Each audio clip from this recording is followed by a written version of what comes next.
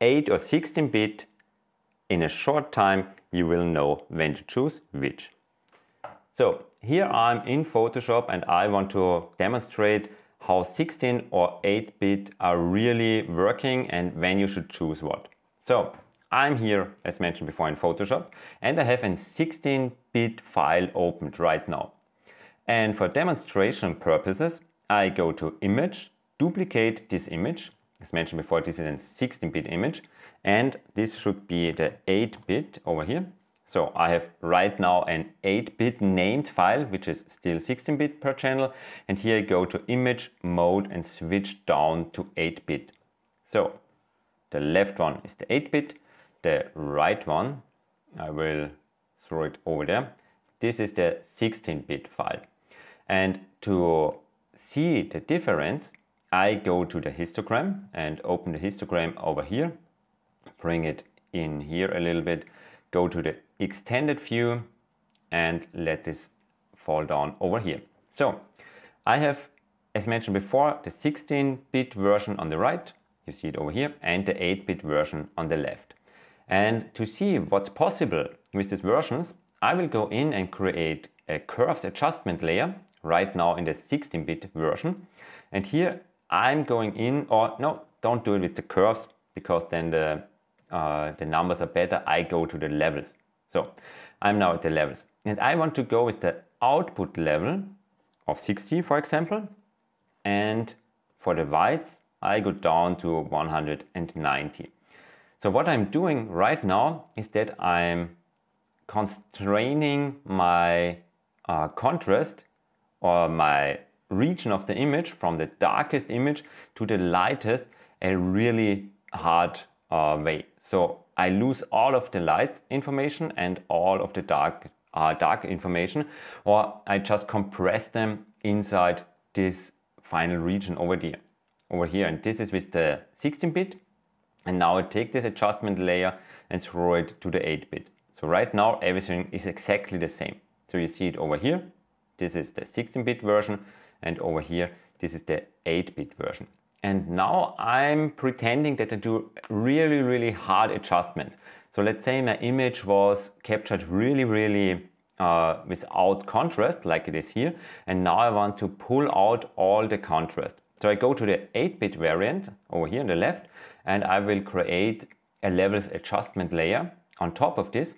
And right now I'm here on the 8-bit. So to see this a little bit better, I go here on the left for the 8-bit, and now I go in and go to the points again. So the black point should be 60 and my white point should be 190, like so. And here you see all my contrast is coming back, but there's a problem. But for the problem a little bit later.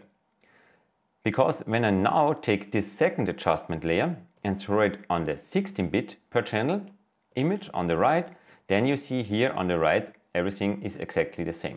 So I have my contrast back, or as mentioned before, if you have a really contrast lacking image and you want to bring in more contrast and work with some image adjustments to bring out everything of the image, then you need to have a good working space, a 16-bit working space, and you will see right now why this is crucial. So let's jump back into Lightroom, or in this case let's jump back into Photoshop for sure, and we are here at the 8-bit side on the left, and I take the histogram here to the left, and you see I have created the contrast again with this tone curves or with these levels over there.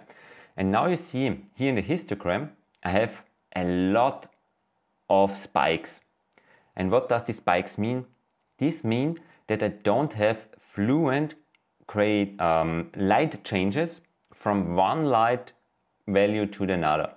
And because I have moved the white and the black point really far apart, I have holes and I have a bending. So bending is when I have from one gradation to the next step, and these steps get here represented in this histogram with this spikes you see in this histogram over here. When I now go to the 16-bit variant on the right side, you see, okay, there are the spikes as well, but that's just because I don't have refreshed the histogram.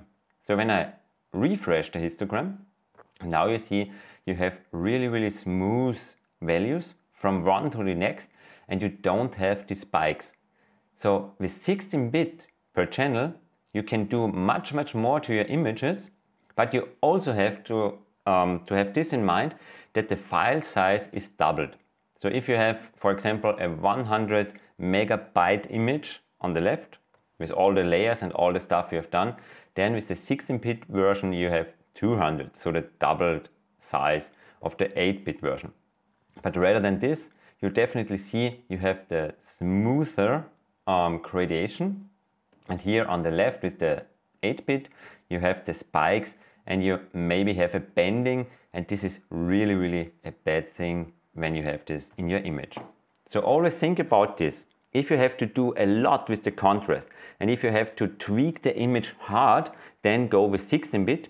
If you just go from Lightroom to Photoshop for doing some retouching work, just some final tweaks and maybe do some, nothing special, just retouching for example, then 8-bit is totally fine. But if you are not sure, then decide for 16-bit, because then you have a really big value available for your work, and that you see the numbers. I can show this for you as well. So 8-bit is 2 by the power of 8, and you have 256 steps. And if you go for 16-bit, like here on the right, you have 65,536 steps to work with. And this is a big difference. So in case, or if you're not sure, go with 16-bit.